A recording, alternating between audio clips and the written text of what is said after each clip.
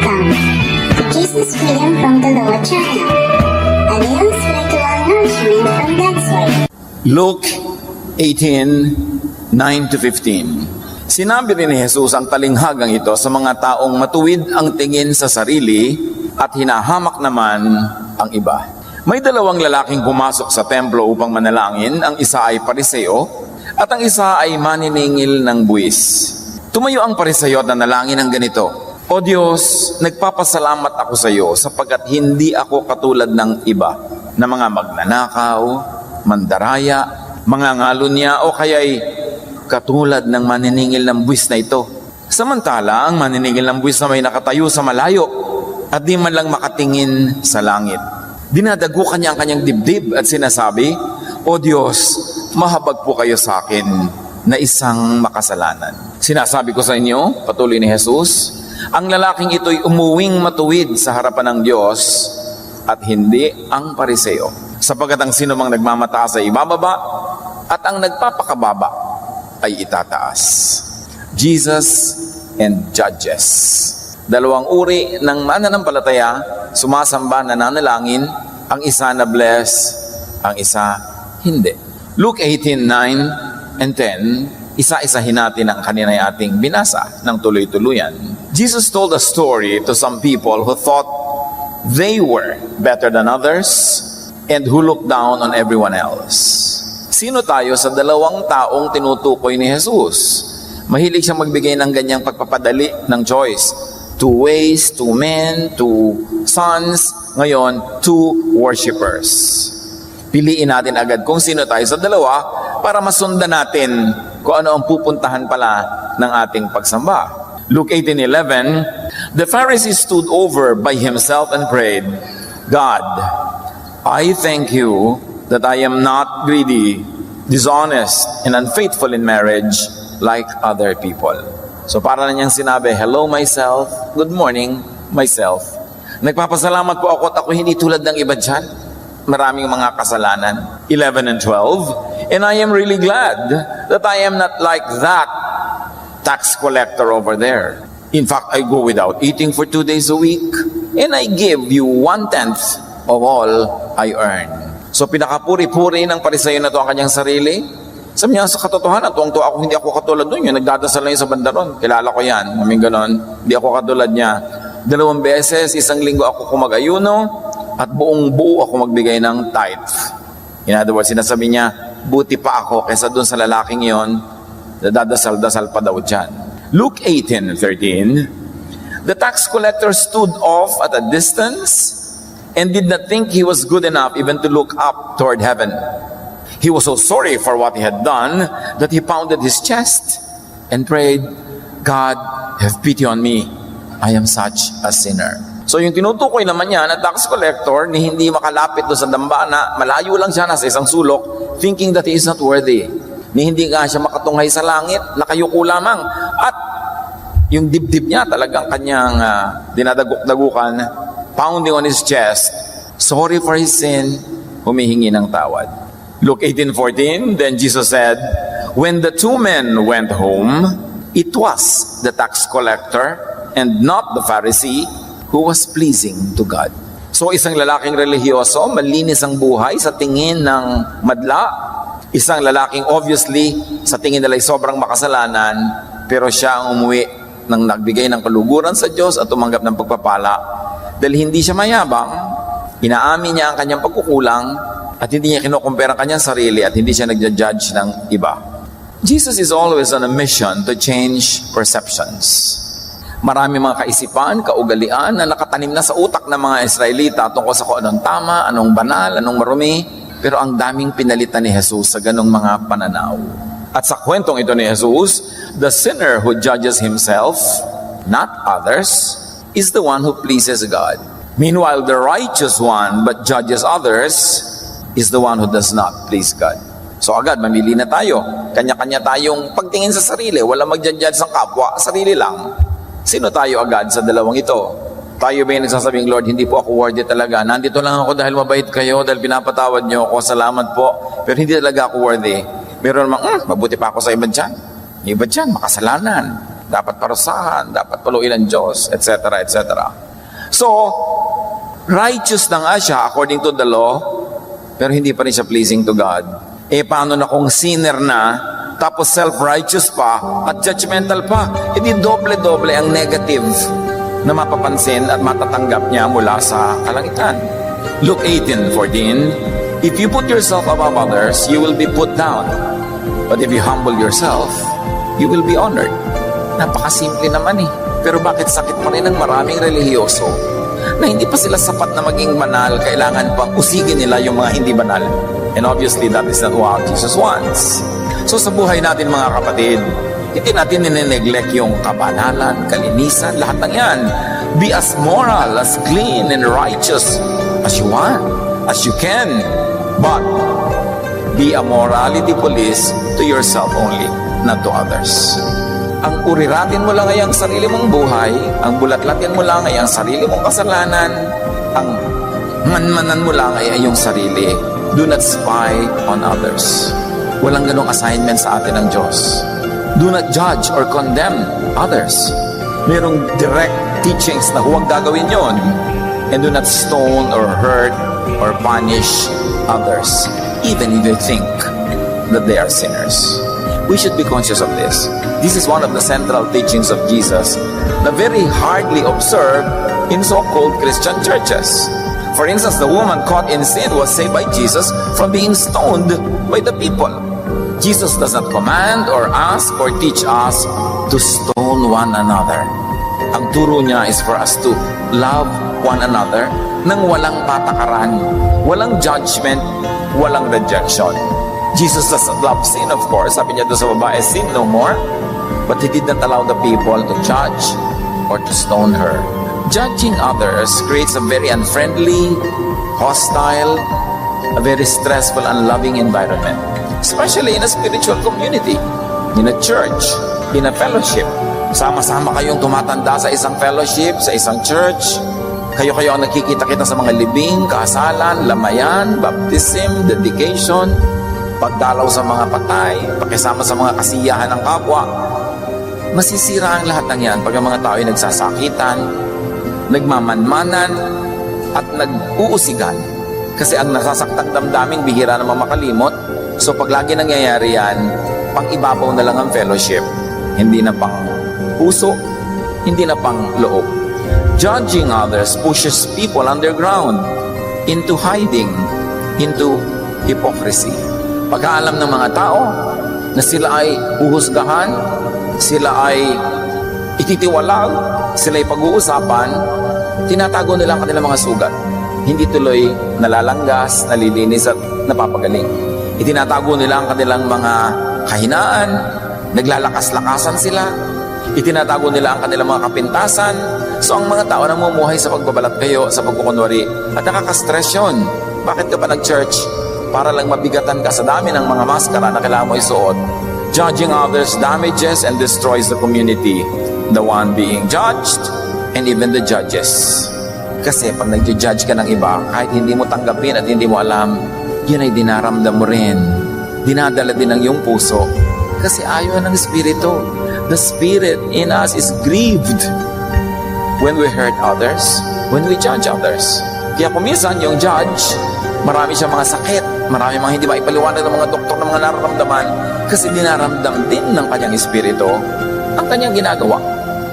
At oras ang ating isip, puso, katawan, sinasabi, iniisip at ginagawa ay hindi isa, hindi united, hindi solid, kundi one half love, one half hatred, one half friendship, one half enmity. Nagkakasakit tayo. Do not judge or hurt a person for the sake of image, for the sake of audiences. Minsan meron kayong fellowship, ay, kailangan magandang image natin sa labas, kailangan makita nilang pinaparusahan natin, nagkakamali, hindi natin tinotolerate. So image sa labas ang iniisip. May mga pamilya, ganun din, yung image, sasabihin ng kapitbahay ang mahalaga, hindi to be supportive and loving to one another. So there are audiences outside of the church and inside the church, but that should not be the basis of our behavior, because we have one audience only, and that is God. God, who made us know Him and His love through Jesus. The kapatiran, the family is a hospital, not a showcase of perfect people. At ang bawat isa sa ospital na yan, yung doktor, yung nurse, yung mga technician, yung mga pasyente, lahat pasyente din, nagtutulungan lang. The church is a fellowship of sinners who are forgiven by God, a fellowship of sinners ministering to sinners, a fellowship of forgiven people ministering to other forgiven people, a fellowship of people who keep on growing in the Lord, who minister to people who also keep on growing in the Lord. Nobody arrives. Mark 2:17, Jesus said to them, "It is not the healthy who need a doctor, but the sick. I have not come to call the righteous, but sinners." So huwag ka magtaka kung sa fellowship, may mga imperfect, may mga papuulang, may mga mahihina, may mga nagkakamali, kasi yan talaga ang tinawag ni Jesus. Hindi niya tinawag yung mga perfect, yung mga Pharisees, yung mga nag-aastang perfect. Kaya lang, sabi naman ng Romans 3:10, there is no one righteous, not even one. So to put and harmonize these two verses together, wala naman talagang righteous. So wala naman pwedeng maging member ng fellowship na righteous. Guni-guni lang yun ang iba. Image lang. At yung mga mukhang righteous lang sila sa pinipili nilang pamantayan. Hello, righteous sila kasi wala silang kinocommit na adultery. Okay, so sa department na yun, righteous sila. Pero yung pride, tapos silang mataas sa pride. Judgmentalism, kasalanan din yun eh. Magkakaiba lang ng korte ng kasalanan. Kasi biniba, ako, hindi ako nangangalo niya. Hindi ako pumapatol sa asawa na may asawa. Oo, pero judgmental ka ba, sister? Oo lang, yun lang, sabi niya. Ganun din yun, pareho lang kayo. Magkaiba lang ng korte at kulay yung kasalanan nyo. So, pinipili mo kuminsan yung sin. Galit na galit ka sa isang sin. But most of the time, pag sinuri niyo mga kapatid, at sa mga counseling, lalabas yan, yung galit na galit sa isang sin, actually, galit siya sa sinner. Na kumapit ng sin na yon, kaya galit na galit siya doon sa particular issue na yon, kasi meron siyang hugot. Yung sinasabing, love the sinner, hate the sin, napaka-imposibleng gawin yan. There's a very thin line that divides the sinner and the sin. And it's very easy to damage the sinner when you want to attack the sin itself. Kaya yan ay pinawi ni Jesus. Sabi pa nga niya, huwag niyong bunutin yung damo na kasama ng mga halaman na tanim. Kasi sa ilalim ng lupa, buhol-buhol ang ugat niyan. Hindi niyo pwedeng bunutin yung damo na hindi niyo rin mabubunot yung halaman na tunay na tanim. So in other words, sabi niya, hayaan niyo lang sila, huwag niyong galawin. Kasi merong madadamage. The church does not condone sin and sinful living, but holiness is a private matter. Hindi siya corporate. So be a moral judge to yourself. And if you want to be strict, gusto, but not to others. Matthew 7:1-5, Jesus says, don't condemn others, and God won't condemn you. God will be as hard on you as you are on others. He will treat you exactly as you treat them. So sabi niya, alam niyo, kung gusto niyong maluwag sa inyo ang Diyos, maluwag ka rin dapat sa iba. Kung napakasungit at higpit mo sa iba, ganun din ang Diyos sa iyo. Kung di ka nagpapatawad, di ka rin papatawarin ng Diyos. Gusto mo magtiwalag, magpahiya, gaganunin ka rin ng Diyos. How hard is it to understand this? That the measure we give to our brother and sister is the measure we will get from God. Sabi pa ni Jesus sa verse 3, you can see the speck in your friend's eye, but you don't notice the log in your own eye. How can you say, my friend, let me take the speck out of your eye, when you don't see the log in your own eye? Sa bitaw ng salita na ito ni Jesus, sinasabi niya, ang lahat ng nagsasabing, tatanggalin ko ang munting puwing sa iyong mata, paano mo gagawin yun ang laki-laki ng puwing mo? Ang ibig niya sabihin, oras na iniisip mong dapat ka magtanggal ng puwing ng iba, bulag ka lang, kaya mo naiisip yon. Bulag ka sa sarili mong mga puwing na mas malaki pa kaysa sa puwing ng iba. Pag gusto mo magtuwid, magparusa sa mga nagkakasala, bulag ka lang sa sarili mong kasalanan. Kasi kung hindi ka bulag, kung mulat ang iyong mata, hindi ka magtatangka, maglalakas ng loob na magtanggal ng kasalanan ng iba. Ang uunahin mo ang iyong sarili. At mahihiya ka sa iyong sarili pag nalaman mo at natanggap mo ang iyong mga kasalanan. Tapos heto ka, linis ka ng linis ng buhay ng may buhay. Sabi ni Jesus sa verse 5, you are nothing but show-offs. Puro lang kayo pakitang tao, pagpapa-impress. First, take the log out of your own eye, then you can see how to take the speck out of your friend's eye. In so many words, Jesus is saying, mind your own moral business. Walang Kontra si Jesus sa taong gustong linisin ang buhay niya. Pero hindi mo business na linisin ang buhay ng iba. Unahin ang sarili. Pag ubus na ang iyong mga dumi, tsaka maglinis ng iba. Pagtanggal na ang takip ng iyong sariling mata, tsaka magtanggal sa iba.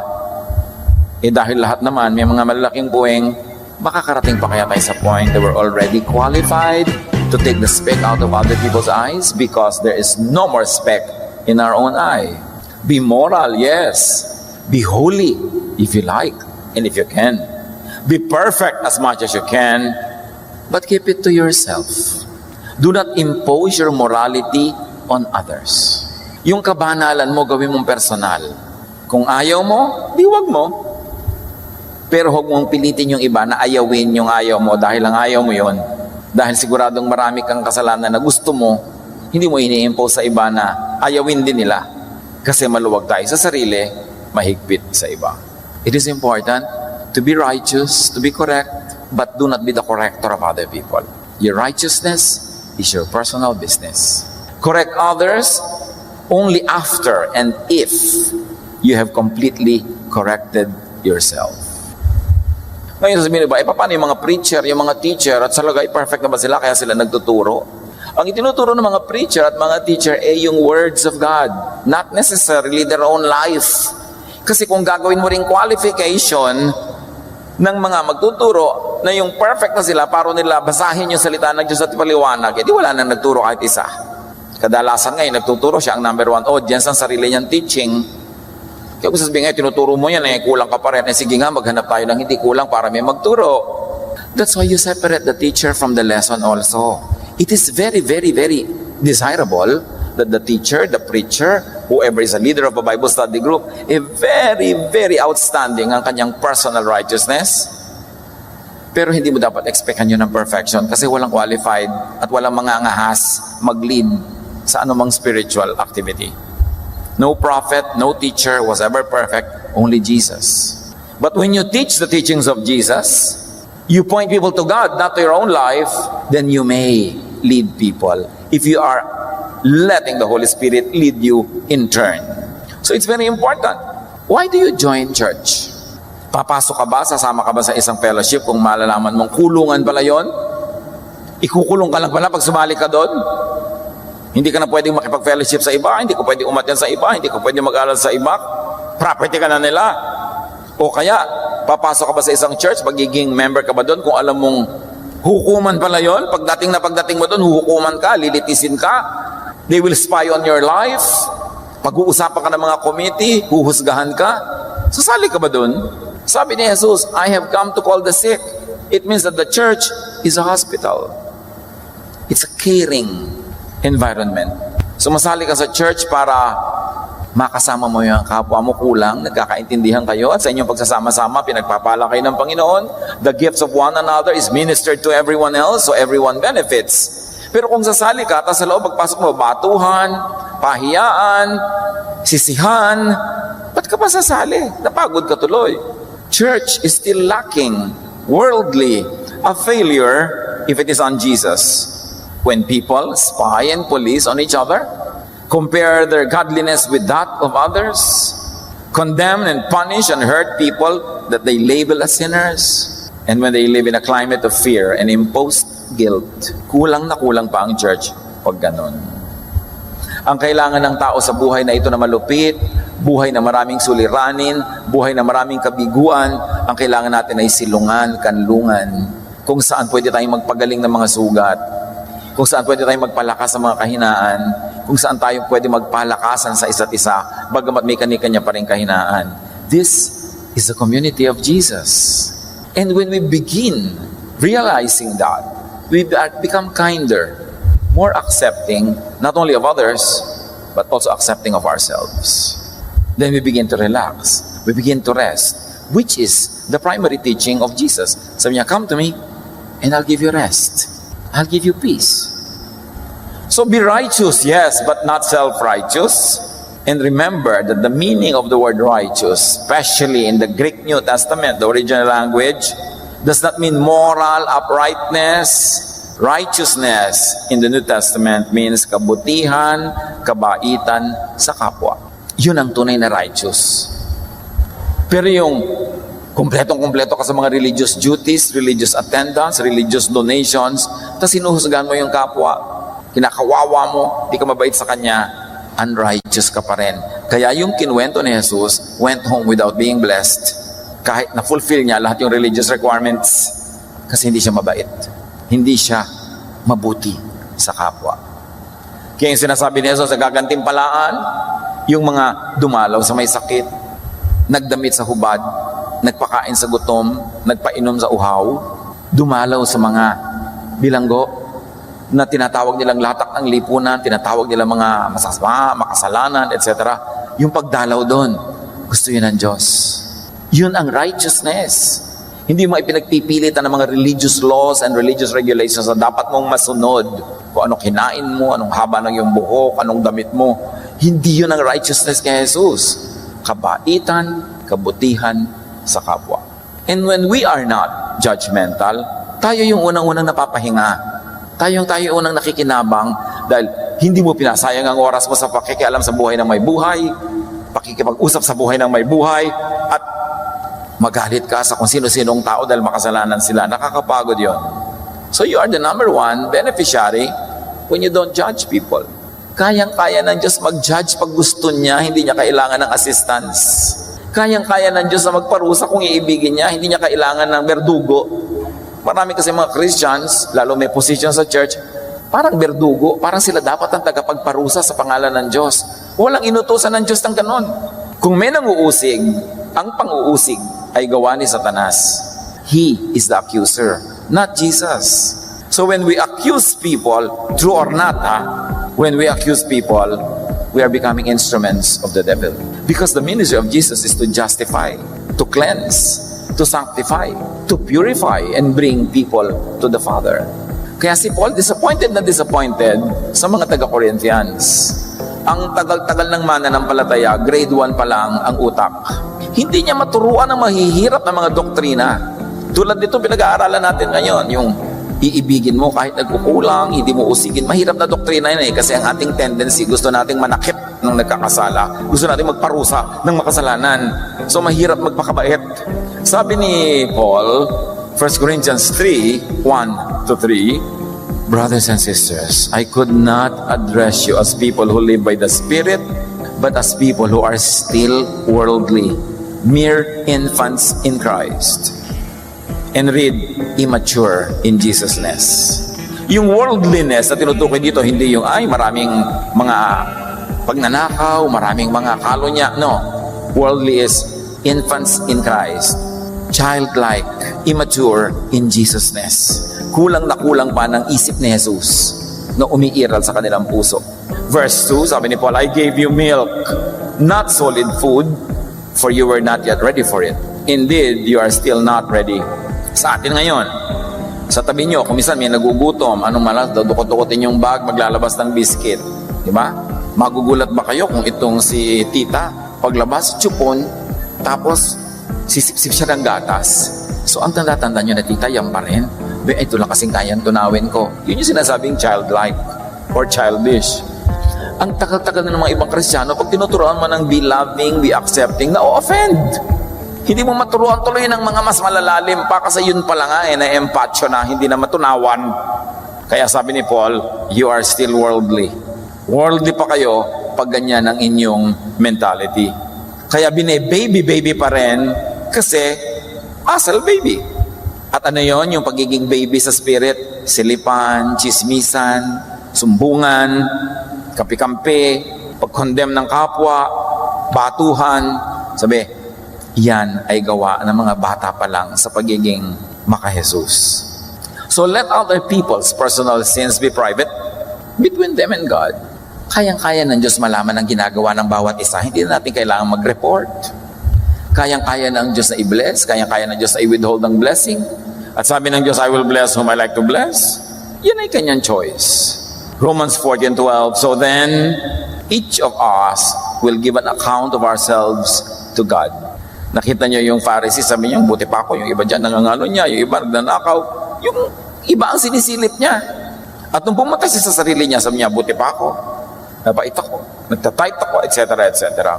James 4:11-12, Noon pa man kasi talamak na yan eh. Batang-bata pa lang yung church. Ang gulo na ng mga Kristiyano. Don't say cruel things about others. If you do, or if you condemn others, you are condemning God's law. God is our judge. What right do you have to condemn anyone?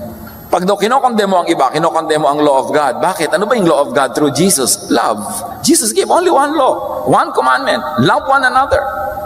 And when you condemn others, you are unloving. You are condemning the very law of God that He gave through Jesus. You are going against the law. So lawbreaker ka pagka hindi ka loving. Ang nakatanim kasi sa utak natin lahat, yung mga law ni Moses, mga don't eat this, don't do that. Akala natin pag sinusunod natin yun, okay na tayo. At may right na tayong i-condemn yung iba na hindi sumusunod doon. Pero may iba ng law, bagong commandment. Sabi niya, love one another. You are truly my disciples if you love one another. At sinasabi pa, if you really love, you will lay down your life for your brother. Life pa ang hiningi. Ang hinihingi na lang nga dito, mas magaan. Huwag mo lang siya i-condemn. Pag nagko-condemn ka ng kapwa, akala mo banal ka? No, you go home without being blessed by God. Paano po yung mga tao? May mga kasalanan sila. Let the convincing about personal sin be done by the Spirit, not by you, not by the mob. Unless the person himself or herself goes to you and says, may problema ako, ano may papayo mo sa akin? Meron akong mga ganitong gulo sa buhay ko, paano kung mapapayuhan? Then, you may dispense of your wisdom or godliness, but without being asked, what right do you have to condemn others? So, let it be done by the Spirit, not by the traditional religious concepts of morality. Kasi by the traditional concepts of morality, no one will pass. Iba-iba lang ang ating mga pagkukulang, pero lahat meron. John 16:8-10. This is very interesting. Jesus said this, "The Spirit will come and show the people of this world the truth about sin." Ibig sabihin, hindi pa alam ng mga tao, lalo nung kanyang panahon, yung truth about sin. So their concept of sin is not what it is. Sabi niya, the Spirit will teach the world the truth about sin and God's justice and judgment. The Spirit will show them that they are wrong about sin because they didn't have faith in me. So yung palang nagbabatuhan, nagkukondema na yon, kaya pinipigil at inaawat ni Jesus. Wrong ang concept nila about sin. Nambabato sila para sa mga maling iniisip nilang kasalanan na ikinaka-open ng Diyos. Mali ang kanilang method, mali ang kanilang paraan. So they were wrong about what sin is and what sin is not. Why? Because of their little faith in Jesus. Because Jesus paid for all sin. So para singilin mo pa yung kapwa mo, double jeopardy na yan. Tawag niya sa batas. Doble singil. Binayaran na niya. At sabi niya sa verse 10, they are wrong about God's justice. Akala nila ang God's justice ay ipahiya mo ang nagkakasala, parusahan mo ang nagkakasala, itiwalag mo. No, ganoon. God's justice is this. Lahat ng bayad sa kasalanan, binayaran na ni Jesus. Bayad na. Hindi na iintindihan ng mga tao kung ano ibig sabihin na maging manampalataya ni Jesus. So they are wrong in thinking about what God's justice is. They are wrong in thinking about how to administer God's justice. And they are wrong about acting as administrators of God's justice. Stoning others. Yun ang nangyayari kahit sa first century church. Kaya sila Paul, sila James, yung mga teacher, ang dami din kinokorek na ganun. Dahil maraming umiiral na ganun. At sa lagay, dasal na sila ng dasal, ang relihiyoso na ng mga Israelita pero hindi pa pala nila alam at mamali pala ang alam nila about sin and God's justice and judgment. Kaya sila ganun kalupit sa kapwa. Knowing all that and appreciating all that, sino ngayon na maglalakas loob na ang bilis-bilis mag-judge na mambato sa kapwa? Mas napakalaki ng chance na mali ka pala. Kung magkakamali tayo mga kapatid, err on the side of being loving and kind and accommodating kasi hindi ka naman siguro papagalitan ng Diyos kung napakalabing mo. Pero kung napakalupit mo, yun, papapagalitan ka. Paano kung gagawin ko, nalilito ako, how to deal with this person? Kung nalilito ka, lalo't kung nalilito ka, maging loving ka na lang. Because God is love. Kung meron mang maging sobra yung pagmamahal mo, di Diyos na lang magtatama. Kung kulang, mas mahirap na pagtatama ang gagawin niya. Sabi ni Jesus, people have wrong ideas about sin, judgment, and justice. So, ingat-ingat tayo dyan whenever we deal with sin, judgment, and justice. Because sabi ni Jesus, people are wrong about it. People mishandle, maltreat sinners, fellow sinners, and even themselves. Marami ng mga tao, hindi lang iba ang biktima nila, pati sarili. Kasi wala rin silang ginawa, kundi condemn ang sarili nila. Samantalang sila nga'y minahal na ng Diyos through Jesus. Nilinis, hinugasan, tinanggap. Pero sarili mo pa rin ang lagi mong pinagmumukhang dumi-dumi, lagi mong kinokondem at lagi mong ipinupuwera sa blessing. Samantalang ang ganda-ganda na ng gusto ng Panginoon mangyari sa iyo, that you will have peace, that you will have rest, and that you will be full of love. Kaya ang bottom line lang, simple mga kapatid, mag-ingat sa paghusga sa kapwa at sa sarili. Many teachings on dealing with sinners, especially policing, judging, rebuking, and punishing, do not come from Jesus, but from other persons, from un-Jesus religious traditions. At kahit ang first century Christianity, maraming un-Jesus traditions. Dahil bago pa lang siya, hindi pa nila naintindihan masyado yung faith. Ang dami nilang carry over of their Jewish background, carry over of their legalism. Kaya lagi kinokorek ni Paul, sabi niya, even if I speak in the tongues of men and of angels but have not love, I gain nothing. Even if I delivered my body to be burned but have not love, I gain nothing. Sabi ganon, kahit paanong galing ko, pag hindi ako loving, baliwala ako. Paulit-ulit sila sa pagtuturo niyan. That's why it is all important to use the Jesus filter in all religious teaching. Na lahat ng katuruan, lahat ng mga policies, regulations, salain kay Jesus. Pag hindi loving ang application, ilagay na lang sa library, reference point. Gawin mo reference sa sarili mo. Pero hindi na kailangan i-impose sa iba all the time. Because para namang hindi nangyari si Jesus. Parang hindi niya hinugasan natin makasalanan. Parang hindi tayo pinatawad ng Ama dahil sa Kanya. At ang tanong ng iba, paano pong hinugasan? Paano naging banal? Ito nga ang sister na to, kahapon lang niya ginawa yung kasalanan niya. Paano naman maituturing mo na malinis na siya ng Diyos? God is timeless. God is eternal. Sa Kanya, yung nangyayari pa lang sa atin ngayon, sa Kanya, tapos na yun. Sa eternity ng time frame ng Diyos. So ang tinitingnan niya, yung long shot, yung malayo, at tayo man ay malagutan ng hininga, lahat ng nagawa natin kasalanan, at nagagawa pa hanggang ngayong buhay pa tayo, sa tingin ng Diyos, lahat yan ay bayad na. Dahil eternal ang pagtingin niya, yung long shot, yung malayo. Napaka-importanting malaman natin na kahit araw-araw, patuloy pa rin tayo nagsisikap, nadadapa, nagkakamali, nagkukulang. In the overall calendar, in the overall frame of God, we have crossed over from death to life. We have already been declared clean and sinless because of the work of Jesus. At pag ang lagi mong i-focus yung kasalanan mo, kasalanan ng iba, at lagi na lang yun ang topic, lagi na lang yun ang dahilan para tayo maging malupit sa isa't isa, you ignore the work of Jesus. Mysteriously, many Jesus believers could be very uncomfortable with Jesus being the supreme and only standard. Gusto nila paghalu-haluin pa rin, at kung may choice, pipiliin pa rin nila yung magparusa, maging malupit, baliwala si Jesus. Many religious people would reject Jesus as the only standard. Kaya, nagdadalawang loob sila. John 16:1-9, sabi ni Jesus, I am telling you this to keep you from being afraid. Sino ay magiging afraid? Mga new believers niya na magbabago ng isip at pananaw tungkol sa law, tungkol sa punishment. Sabi niya, you will be chased out of the Jewish meeting places. Dahil sa inyong bagong pananaw na ibinibigay ko sa inyo, pagmamahal sa kapwa, pagpapatawad, pag-ibig, itataboy kayo ng inyong mga religious places. At kung pwede kayong ihulog sa bangin tulad ng gusto nilang gawin kay Jesus, gagawin nila. And the time will come, sabi ni Jesus, when people will kill you and they think they are doing God a favor. Dahil nananalig kayo at pinapairal nyo ang Jesusness, yung mga mahilig sa legalism, mga Pharisees, they will even want to kill you because they think that is what will please God. That's why I'm telling you, you don't know God, you don't know God's justice, you don't know anything about how God handles sin. Verse 3, they will do these things because they don't know either the Father or me. They know only Moses, they only their traditions, only their religious systems. I am saying this to you now so that when the time comes, you will remember what I have said. Binigay na ni Jesus ang warning. When you subscribe to the teaching that the Father wants me to give you, the teachings of forgiveness, of kindness, and of love, many people will not understand you. They will even hate you and they will consider you the sinner. And when they persecute you, they think that they're doing God a favor. Kaya sabi ni Jesus, they don't know God, they don't know me. Verse 8, the Spirit will come and show the people of this world the truth about sin and God's justice and judgment. The Spirit will show them that they are wrong about sin because they didn't have faith in me. Because if you have faith in Christ, in Jesus, you will believe that His blood cleanses us from all sin, past, present, future.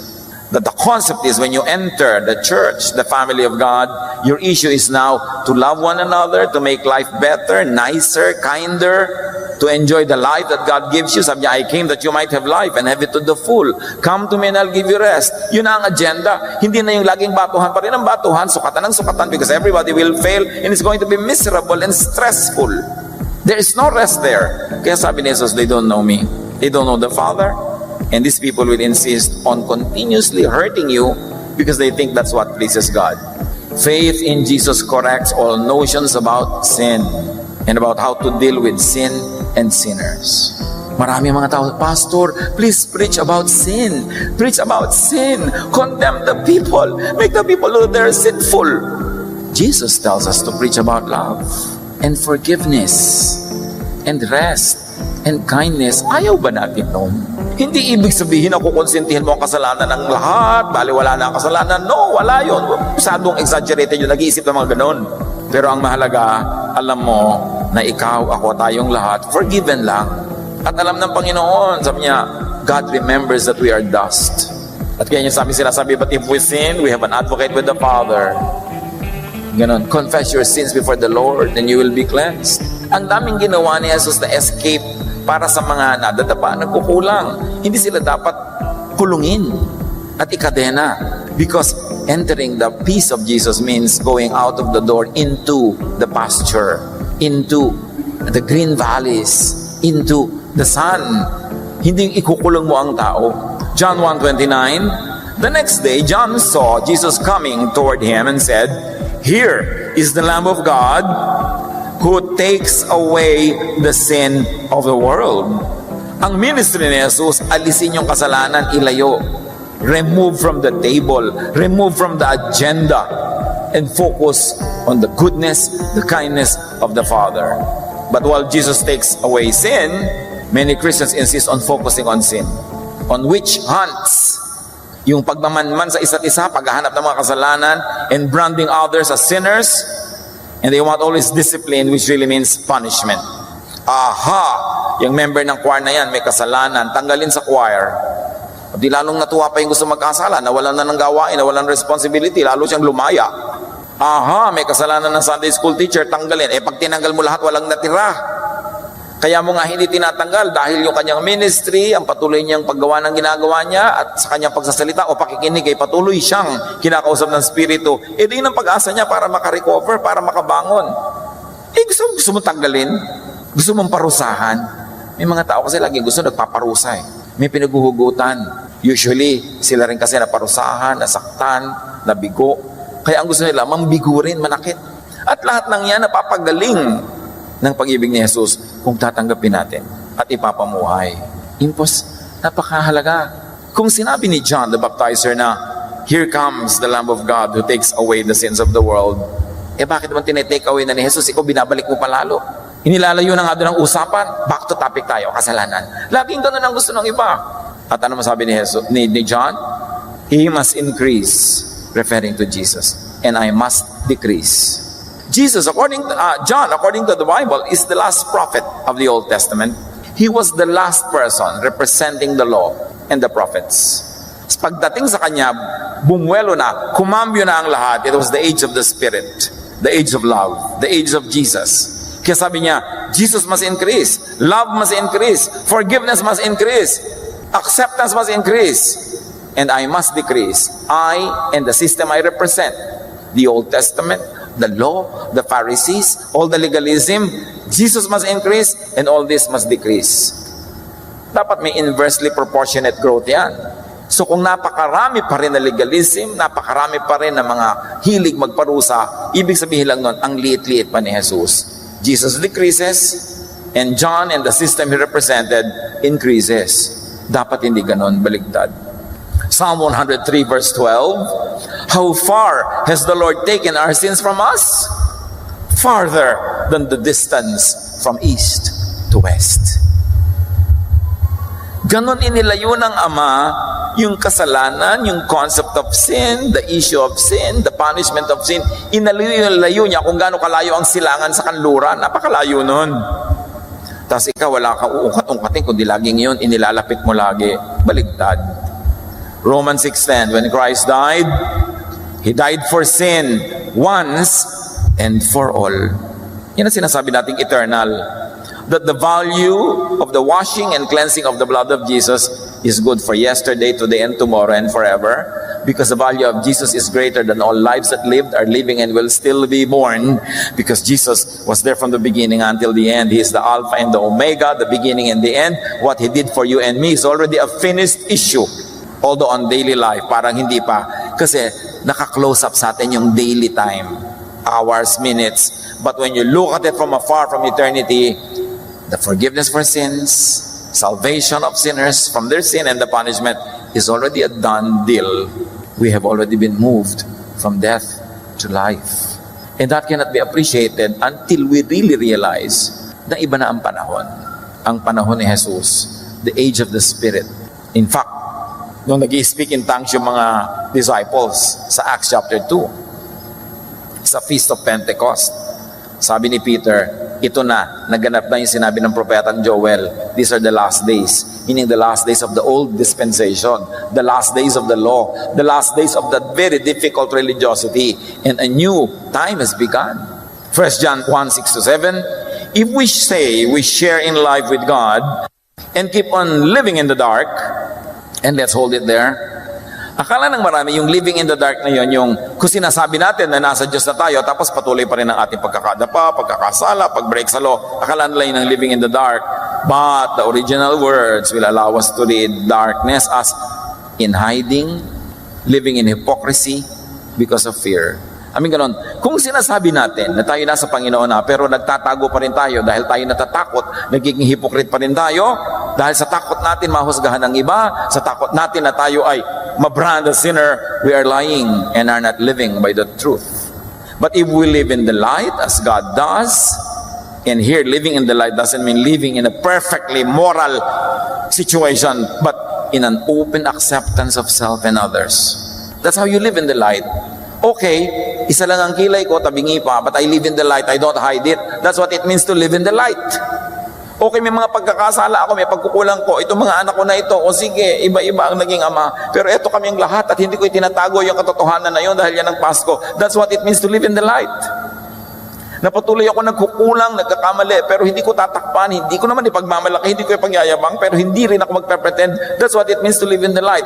And in the true Christian fellowship, that must be the atmosphere, because there is non-judgment. People don't punish one another. People don't stone each other. People come out in the light, showing their true selves, living their real lives, and helping one another to continue to improve, to become more and more like Jesus. But when you have to hide your true self because the church will condemn you, sumali ka lang sa hypocrite society. Hindi ka sumali sa family of Jesus. Napakalinaw ng gusto ng Panginoon mangyari sa ating buhay. Hindi yung buong kapal tayo magkasala na wala tayong pakialam. No! Kundi yung hindi mo kailangang itago kasi hindi ka dyan na-judge, hindi ka pinaparusahan at nagtutulungan kayo dahil hindi mo tinatakpan ang iyong sugat. Ang sugat na tinatakpan, lalo lang nagnanaknak, nabubulok. Kailangang hubarin mo yung takip, linisin niya, naglilinisan kayo in love. And that's how we recover from all the pain, all the frustrations, all the sorrows of our past. At sabi, but if we live in the light as God does, we share in life, meaning grace, peace, and joy with each other. If I may paraphrase this, sinasabi niyan, kung sinasabi mo na ikaw ay nasa Diyos na, tapos itinatago mo pa rin ang lahat, nagkukunwari ka rin, nagbabalat kayo dahil takot kayo sa isa't isa, ayaw mong maparusahan kanila, ayaw mong magbatuhan kayo, so kunwari lang yung buhay mo, ang ganon, you do not live in the light. And you cannot share in life. Because how can you be joyful? How can you be peaceful when you're forever afraid of being found out? Kasi laging may mga nagmamanman, may mga chismosa.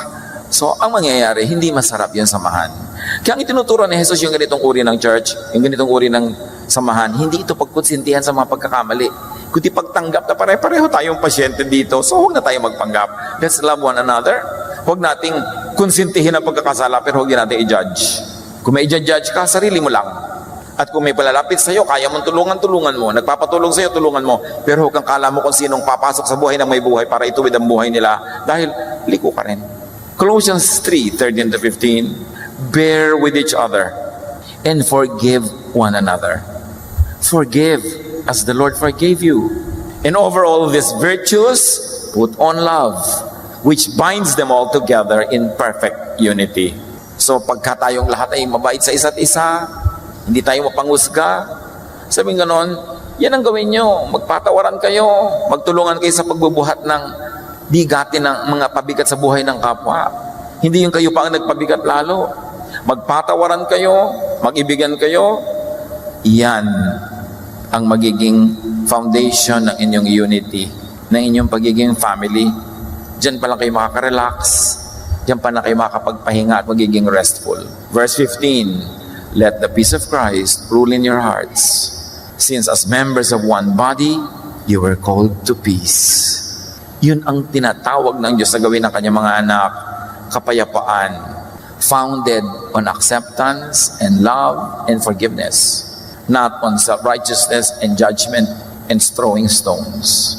John 1:7, and the blood of His Son Jesus washes all our sins away. Yung hindi mo kayang hugasan sa sarili mo at yung hindi mo kaya at dapat hugasan sa iba, ang dugo ni Jesus ang naguhugas sa lahat.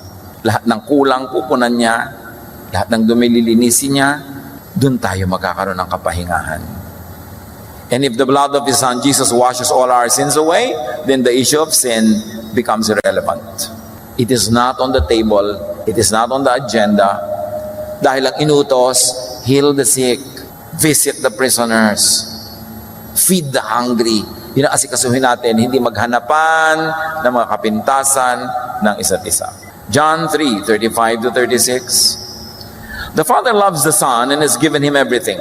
Everyone who has faith in the Son has eternal life, but no one who rejects Him will ever share in that life, and God will be angry with them forever. And to reject love and to reject the brother and the sister is to reject Christ.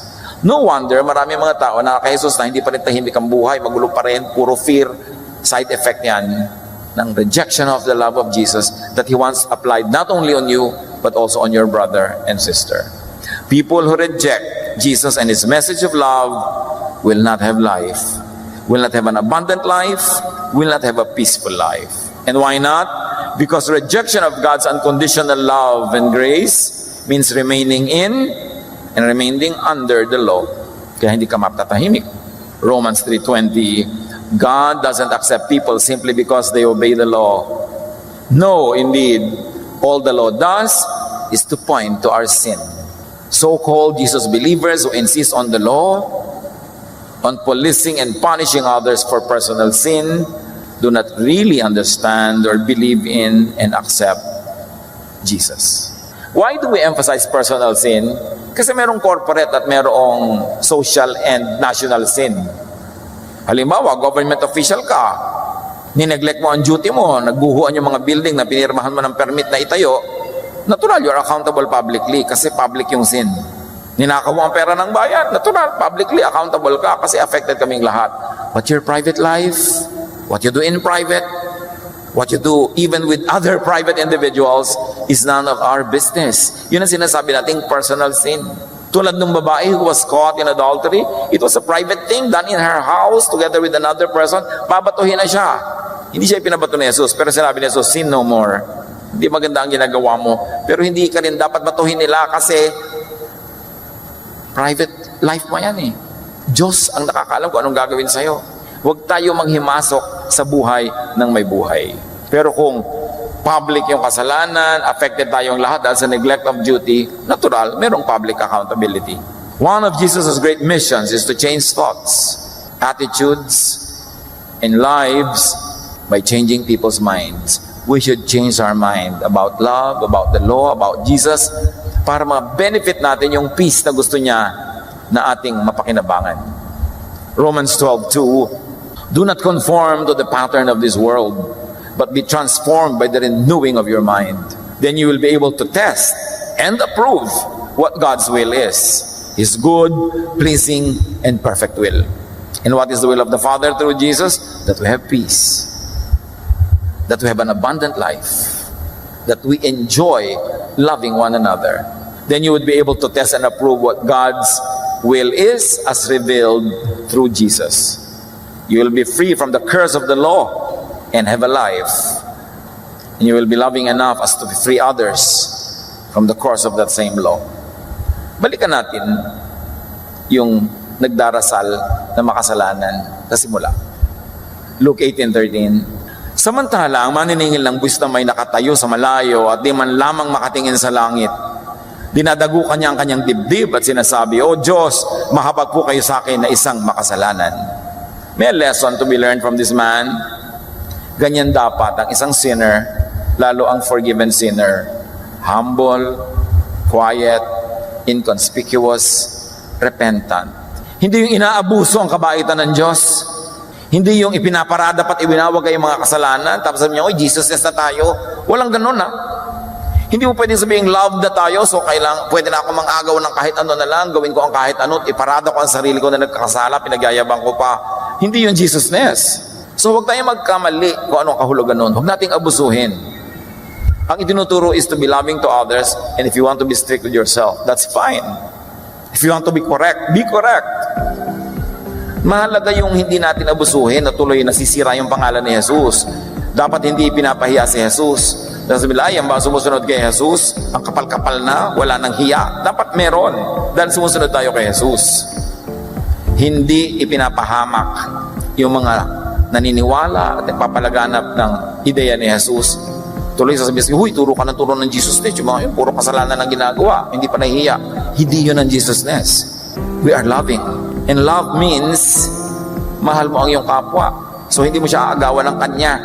Kung minamahal mo itong taong ito pero may asawa siya, ay mahalin mo rin yung asawa niya, maawa ka sa asawa niya, huwag mo agawin.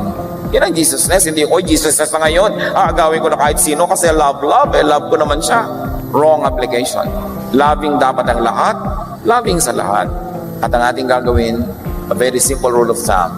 Kung magkakamali tayo, err on the side of loving the other person, loving the oppressed, loving the poor. Katulad nun, kung nangaagaw ka ng asawa ng may asawa, kawawa naman yung asawa niya. So mahalin mo rin yun at magtiis ka na lang kasi hindi mo naman asawa to. Hindi, manahimik ka dyan sa buhay mo hanggang bigyan ka ng Panginoon ang para sa'yo talaga. Pero hindi license ang Jesusness to do wrong. It is power to love and to love everyone. Lord, salamat po dahil kayo loving. Patuloy niyo pong ipabatid sa amin ang sikreto ng tahimik at payapang buhay, yung huwag manghusga ng kapwa, tanggapin ang mga dapat tanggapin tulad ng tinatanggap nyo kami, and to continue to grow in Jesusness, to continue to improve. Pero kung ano man ang kalagayan namin ngayon, nasa amang level kami ng improvement, matutunan namin appreciatein ito at tanggapin ang isa't isa. Pagbulay-bulayan natin sumandali ang personal na kahulugan nito sa ating mga pribadong buhay.